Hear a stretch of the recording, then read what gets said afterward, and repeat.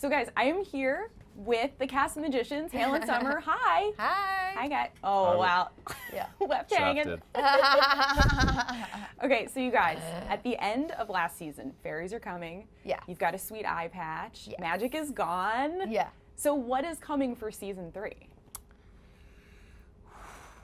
You can. What is not coming? There's should so be the much question. coming that It's it's such a hard mixed to, bag. you know, encapsulate it in one phrase. But the idea of a common quest, unity, Yeah. that's the theme, I think. And it's nice to see everyone working together, even if they're in completely different worlds.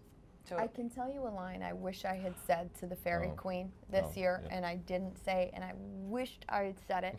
I wanted to say, can I swear? You can swear. Okay. You and the white horse you rode in on.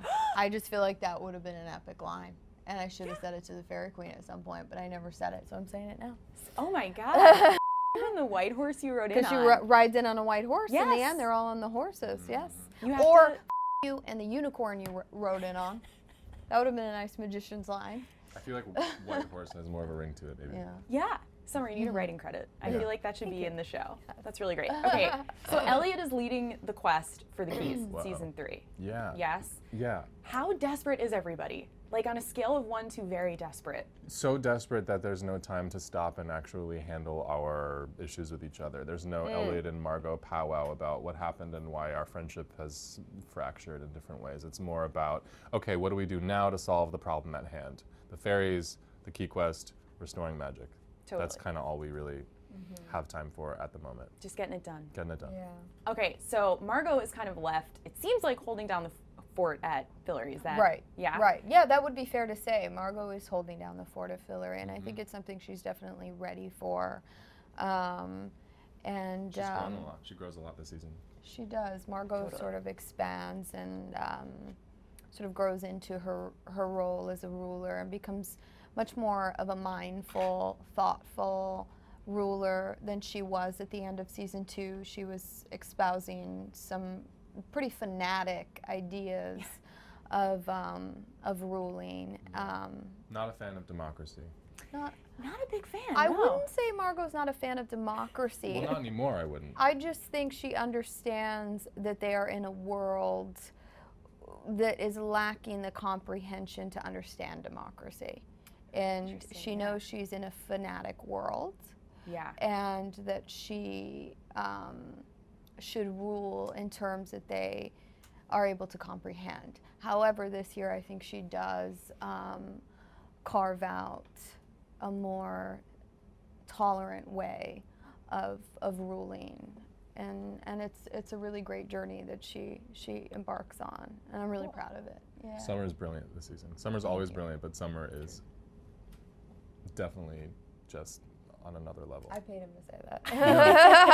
I'm not. I mean, I'm not even just. You know, I don't have to. He just loves it. I love her, but I also her work this season is really amazing. Awesome.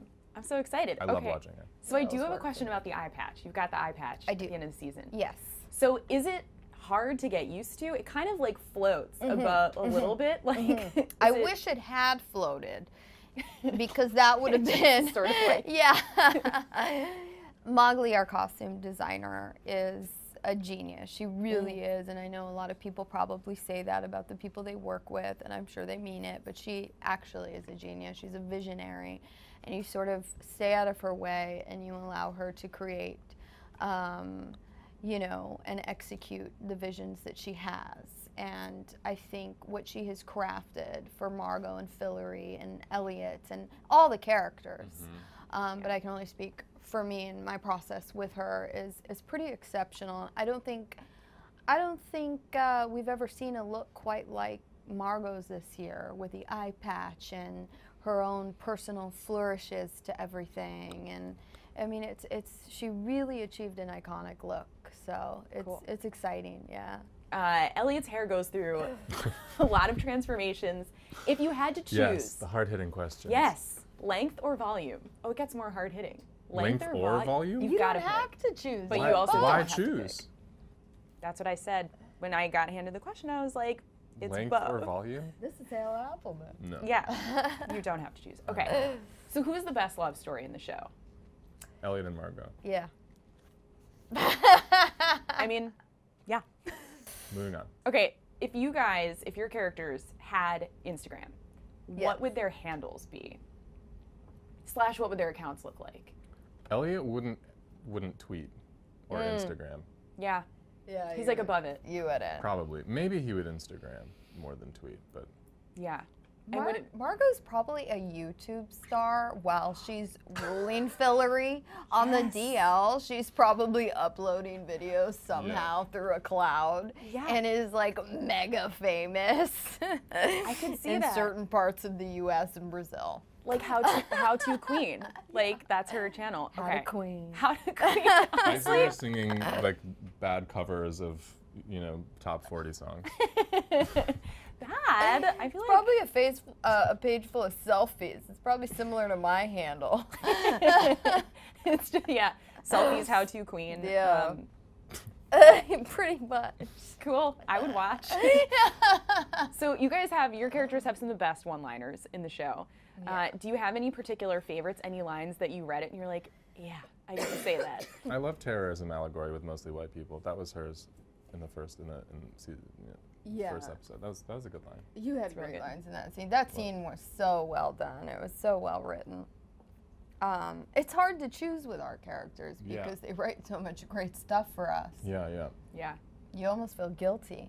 Like Choosing one is like, a Sophie's choice of one-liners. Exactly. You can't do it. You can't do it. Oh, you know what? You know what's my favorite? So that's what the patriarchy smells like in season 2. But then at not first the it was freshest. not the it ended up being not the freshest, but first it was, so that's what the patriarchy smells like. Mothballs and balls. Yeah. But they cut that out. Mothballs It and was balls. longer, yeah. Interesting. Yeah. Do you guys, now that you've been in these characters for, years now, right? 2 Yes. seasons. 17 years. It's been 17 years. Yeah. Yeah. I booked it 4 years ago. We booked it 4 years ago because we Wow. 3 shot years the ago. pilot. 3 years ago. 3? Yeah. Wow, it feels like 4. Time is flexible. Eliot's been in Fillory for 12 years, so it's been. he's approaching his 40s now. he's approaching his mid-40s. Yeah. Oh my God, what would a midlife crisis look like in Fillory? You're looking at it. Season 3. Season 3. So do you guys, when you get scripts, how much do you ever look at them and say, I think I have an idea, or is there like do you ever put things kind of in your own words, or is it pretty faithful to exactly what's written? There's a little wiggle room. I think our writers are really gracious in that we are able to go to them with questions and concerns or clarifications that we might feel from inside the character, Totally. And we always have a writer on set That's true.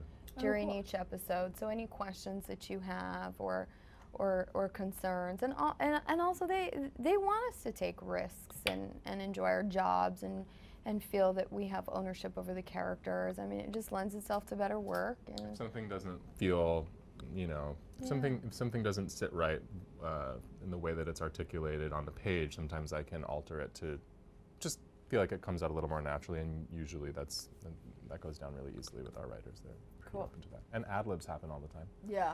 Do they really? Oh yeah. You guys, and they Especially at Oh, the yeah. at the ends of scenes. Sounded like We I'm always from want to honor what they Wisconsin. wrote and give them a version of the scene that plays through. But then at the end we like to throw in a little twist or.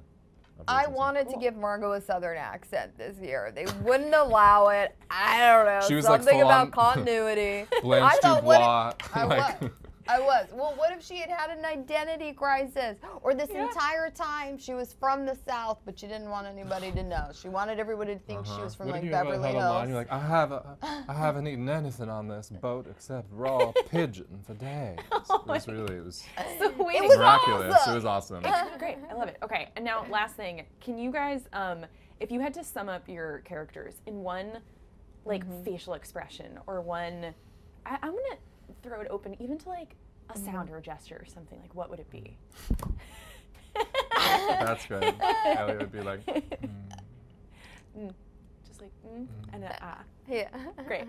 Awesome. Well, thank you guys so much. We're so Thank excited you. for season Thanks. 3. Wow. That was peasy. Easy? I don't know what that means. Should I ask a harder, like a more Yeah. hard-hitting question? Yeah. Okay, you're on a desert island. Okay. And there's no food. I'll eat What cast her. member? Okay, so still easy.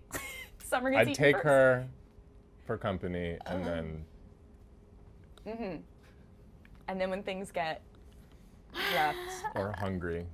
What part of my body would you eat first? Aw, it's so upsetting. Yeah. Okay. You know. Okay, little Pull Edie. and Swiss Army knife. It'll be good. Well, my hard-hitting question was very easy to answer. Yeah. Cool. Thank you guys. Thank you guys you. so much. Thanks, Anna. Thank you.